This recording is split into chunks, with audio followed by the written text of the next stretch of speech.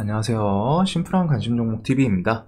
해당 영상은 이제 이 전 영상에서 좀 얘기를 하다가 넘어왔는데 관심 테마였죠. 하다가 길어질 것 같아가지고 이거는 뭐 그냥 시간 여유 되시는 분들 뭐 어차피 그린 뉴딜 이 481조 그린 뉴딜 관련 종목에 대해서 관련주는 사실 이거 보시면 돼요. 오늘 움직였던 애들 어차피 그린 뉴딜이란 말이에요. 기후위기는 뭐랑 엮이죠? 기후위기에 대해서 기후위기는 크게 보면은 3개입니다. 조금 더 엮을 수는 있는데 대표적인 게 일단 신재생 에너지. 왜? 저탄소. 탄소를 줄이고 제로 탄소, 저탄소를 통해서 기후온난화를 막는 거죠. 그래서 지금 전 세계적으로 탄소 줄이자. 유럽도 그렇고 신재생 에너지가 부각이 되는 부분이 그 부분이에요. 그리고 신재생 에너지가 부각이 되니까 거기서 나오는 게 전기차. 그리고 전기차에 대해서 시장에서 우리나라는 특히 부각이 되는 게 2차전지 섹터인 거죠. 2차전지 섹터가 급 발전한 부분 중에 하나가 뭐 이제 뭐 미국 테슬라가 잘 나가고 뭐 그런 거는 그 뒤에 이야기고 결국에는 미국 정부 그리고서 유럽 국가들도 그렇고 정부 차원에서 이게 세계적으로 갖다 온난화를 안 막으면은 우리 미래가 없다. 다 같이 죽는 거잖아요. 핵 안 쓰는 이유랑 똑같아요. 핵전쟁 중간에 이제 합의 봐가지고 핵에 대해서는 평화조약 같은 걸 맺었죠. 핵무기 안 쓰는 걸로. 왜? 걔네 들고는 있어요. 미국이든 인도든 핵무기 뭐 중국이든 들고 있어요. 러시아든 들고 있는데 그거 한 방 떨어뜨리면은 전쟁 엄청 편하거든. 근데 안 쓰는 이유가 뭐예요? 세계 평화를 위해서. 핵을 쓰면은 그 지역이 이제 초토화가 돼서 사람이 살 수 없는 영역이 돼버리죠. 핵폭탄이. 방사능 때문에. 그렇기 때문에 얘가 솔직하게 전쟁을 목적으로 갖다 전쟁의 목적은 뭐예요? 상대를 꺾고 짓밟는 거예요. 그리고 우리가 뺏을 거 뺏고 권리든 뭐 물질적이든 뺏을 거 뺏고 이기는 겁니다. 결국 전쟁의 목표는 싸워서 이기는 거예요. 그리고 그 이기는 목표에 정말 본질적으로 가장 가까운 게 핵이란 말이에요. 근데 핵을 왜 안 쓰자고 협의를 해? 그 뒤에 핵을 쓰면은 그 뒤에 그 지역에 사람이 살 수 없기 때문에 다 같이 죽자는 거죠. 그리고 핵을 너만 써? 아니죠. 맞는 곳에서도 들고 있으면 야 쟤네 핵 쐈어? 야 우리도 그냥 쏴. 뭐 어떻게 해? 우리 맞고만 있을 수 없잖아. 너 죽고 나 죽고 가자. 네가 먼저 쐈어. 이런 부분을 막기 위해서 즉 공멸 동시에 이제 멸망하거나 뭐 또 공멸이라고 하죠. 공멸.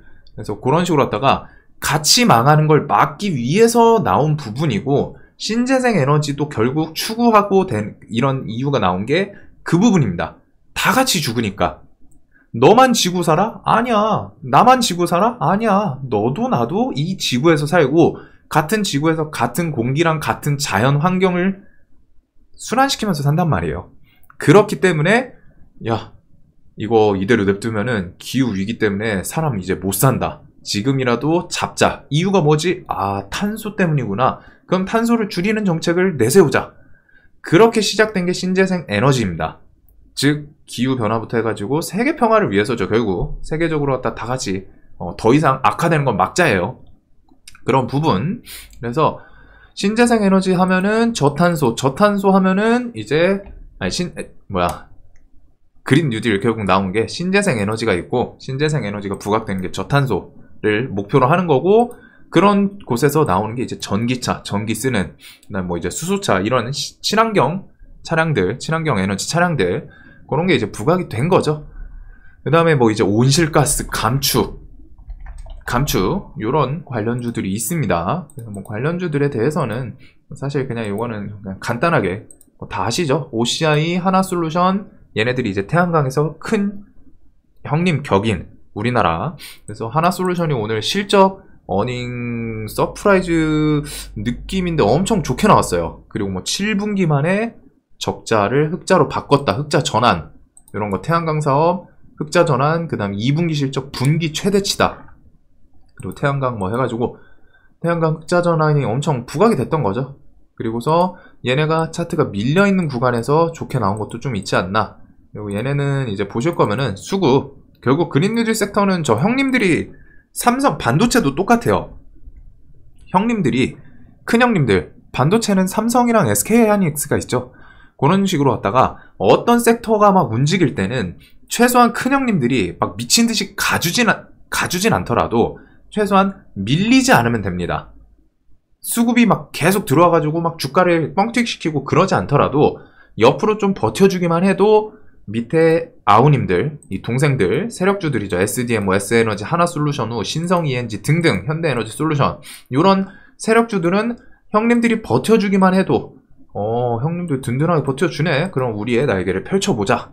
이런 식으로 다 움직일 수 있기 때문에 요거 태양광 섹터들은 좀 혹시라도 그린 뉴딜 아직 요거 관련 주들 정리 안 해두신 분들은 이렇게 좀 해두시면 좋을 것 같고, 오늘 상승률에 대해서 조금 더 순서 정리하시고, 그 다음에 이제 태양광만 있는 거 아니죠? 풍력도 있어요. 대표 격으로. 그래서 풍력에서는 CS 베어링이 세력주에선 보통 대장격을 합니다. 실질적으로 산업 수출이라던가 뭐 실적 이런 거에는 CS 윈드가 있는데 얘는 시총이 2조짜리예요. 그러다 보니까 이제 같은 계열사고 같은 CS, 그리고 베어링이 이제 그 풍력 안에 들어가는 뭐 그런 것도 만들고 그러거든요.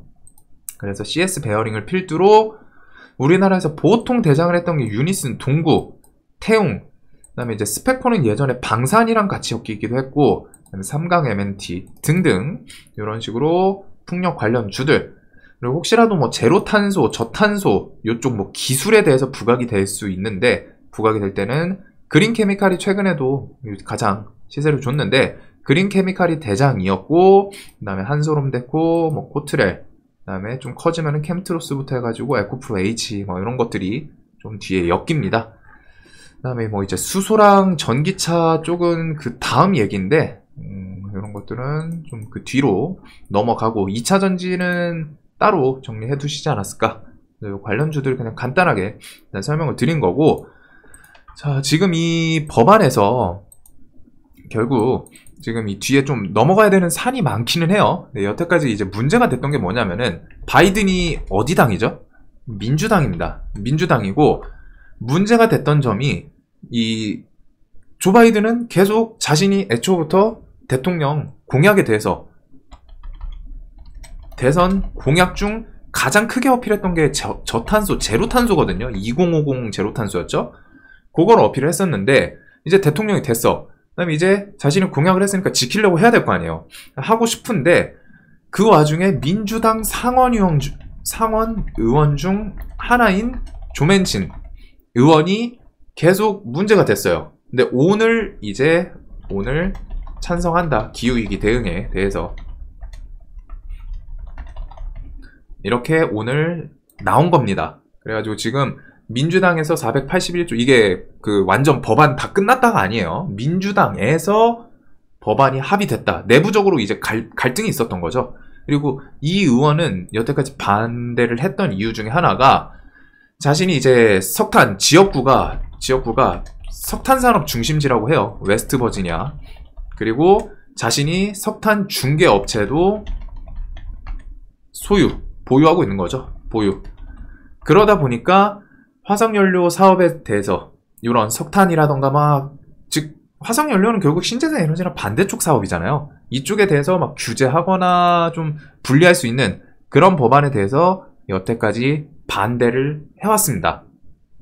그래가지고 비판은 받지만 뭐 또 자기가 들고 있는 회사도 그렇고 자기 지역구가 그렇다고 하니까 그 사업에 대해서, 산업에 대해서, 그래가지고 자기가 나서가지고 찬성을 하는 건 사실 안 맞죠. 내가 들고 있는 사업체도 그렇고 자기가 있는 지역구도 석탄 산업이 주축이기 때문에, 그래서 이런 부분은 뭐 그럴 수 있다고 치는데, 여태까지 계속 좀 반대를 하다가 그 뒤에 이제 오늘 찬성을 했나 봐요. 그래가지고 뉴스가 저런 식으로 나왔고, 대신에 뭐 조건을 좀 달기는 했습니다. 조금 축소시키고, 그리고 풍부한 화석 연료에 대해서 막 차단을 해서는 안 된다 임의로, 대신에 이제 모든 연료 종류에 대해서 기술 투자가 좀 이루어져야 된다. 그래서 좀 이것저것 있고, 뭐 에너지 기반 시설 허가 절차 뭐 좀 개정해야 된다. 이런 거는 이제 자기가 좀 어필을 한 거죠. 이것저것에 대해서. 그래도 일단 민주당 내에서 결국 합의가 이뤄졌고, 그 다음에 이제 좀 뒤에 상원, 하원 이런 식으로 갖다 좀 넘어가지 않을까 싶어요. 그래서 요 뒤에는 이제 정책에 대해서 좀 좀 쭉쭉 통과하는지 그런 부분은 좀 봐야 될 것 같습니다. 뭐가 됐든 가장 크게 반대를 하던 사람이 넘어갔기 때문에 그런 부분은 긍정적인 요소이긴 하죠. 이 사람 한 명 때문에 여태까지 내부에서 이제 통과를 못했던 거거든요.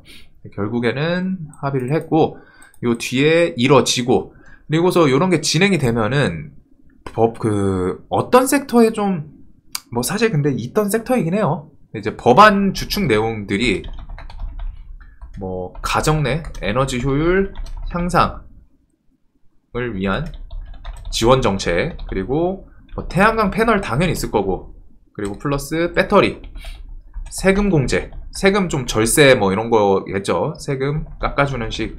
그 다음에 온실가스 메탄에 대해서 뭐 더 큰 과금이라고 해야 될까요? 세금 부여 이런 부분들. 그 다음에 전기차 구매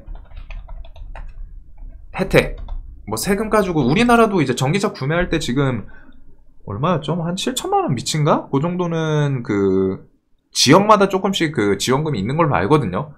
그래서 이런 법안 안에 이런 게 있습니다. 그리고서 뭐 좀 다른 개별적인 것도 있는데, 그리고 에너지 안보와 기후 위기에 대해서 결국에는 신재생 에너지의 투자 뭐 이런 것도 붙을 수 있겠죠. 금액이 작진 않아요. 그래가지고 이런 것부터 해가지고 이런 내용도 있고, 플러스로 신재생 에너지 정책, 그 업종의 수혜 혹은 정책상 지원 이런 게 붙어주는지. 이번에 그 기후 비상사태 선포 나오면은 이런 거 있었잖아요. 아이고 넘어갔다.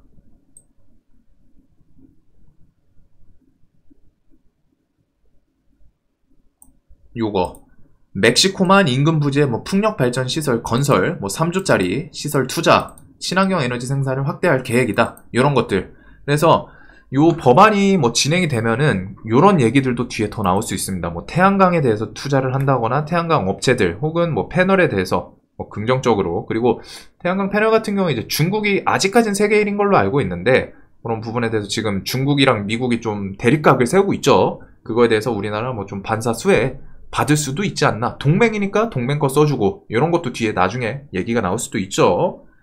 그래서 그런 부분부터 해가지고 이런 식으로 정책, 풍력이나 태양광 섹터에 투자 막 이런 게 가장 나오면은 가장 좋은 이슈가 되지 않을까 싶어요. 실질적으로 막 뭐 태양광 뭐 업체들한테 지을 때 뭐 50조 지원을 해주겠다. 아니면 뭐 풍력 단지를 엄청 크게 짓겠다. 혹은 태양광 단지 뭐 헥타르 단위로 갖다가 뭐 짓겠다. 이런 것들이 나오면은 좀 더 부각이 되지 않을까.